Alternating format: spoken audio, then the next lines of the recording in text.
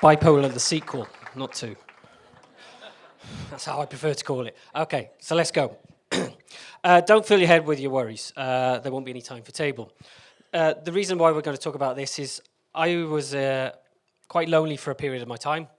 And about 10 years ago, I joined Round Table. And Round Table, for a lot of people in Cardiff, will know it from the fireworks, or maybe Santa's sleigh.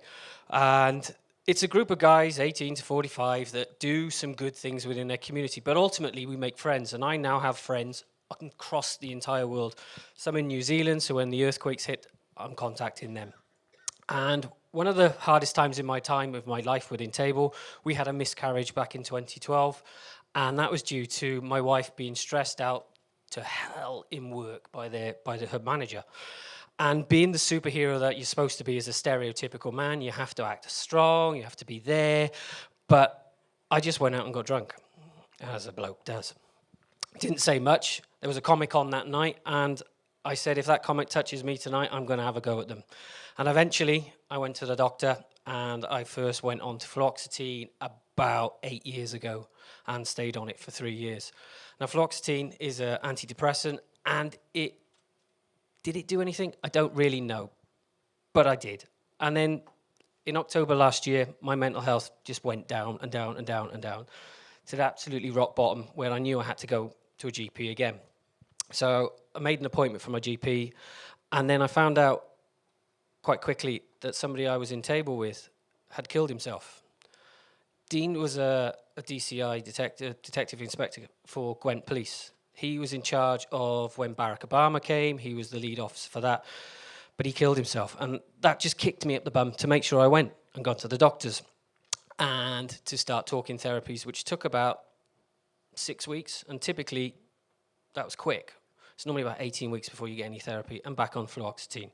So I had the formal diagnosis of bipolar the sequel, or bipolar 2, which is where you get hypers, manias, where you're really creative in my sense, and you can do lots and lots of things, but you get really big bouts of depression. And I also suffer with suicide ideology, which is where you plan your suicides but never do it. So I shared my experience on Facebook with a group of friends within Round Table, and I got all the thumbs up and all the loves and all the sad faces. And I started talking with another friend who opened up to me and said, I feel the same. So we decided to open up a Facebook group, and today, there's about 92 blokes within this Facebook group that are all actively engaged with it, sharing and talking what they wanted to do. And I was a bit worried that nobody would do anything about it, but they did. They started sharing, and it was tablers helping tablers. They were all saying it's okay to not be okay. And since that opening up, I've had a handful of guys come up to me and say, thank you for opening that up. I said, well, I just did what anybody else would have done. I thought would open it up. And I didn't think it would work, but it did. People just started talking to me, and they kept saying, Dave, this is similar to me. I'm going through this. I'm going through that. And the more that we talked, the easier it became. And sometimes it's just by text, but sometimes it's on a phone call, or sometimes it's face-to-face. But the one thing in this group, it's non-judgmental. It's positive. We're all supportive of each other, to the fact that we're actually taking the piss out of each other as well. But it inspired other people to then start talking. And because this was a closed group, it was only going to go so far.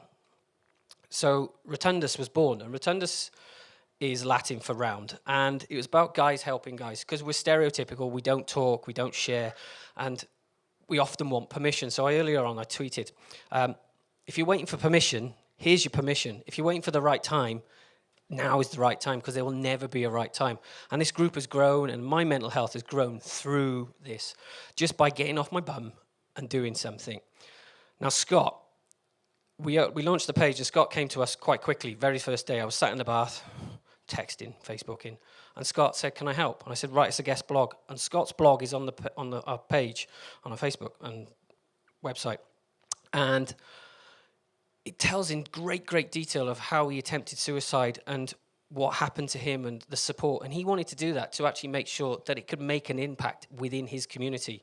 Hence why now, as of today, we've signed up Rotundus to be a community interest company, which means we can apply for funding to do things like this. This is Brainwalk. So the idea is that we're just going to get some men, groups of guys, to initially just go for a walk. Talk, don't talk, whatever.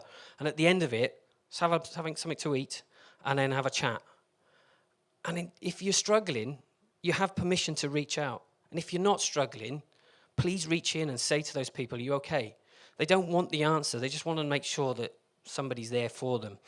So do reach out and reach in. Thank you. That's awesome. Well done. Really good.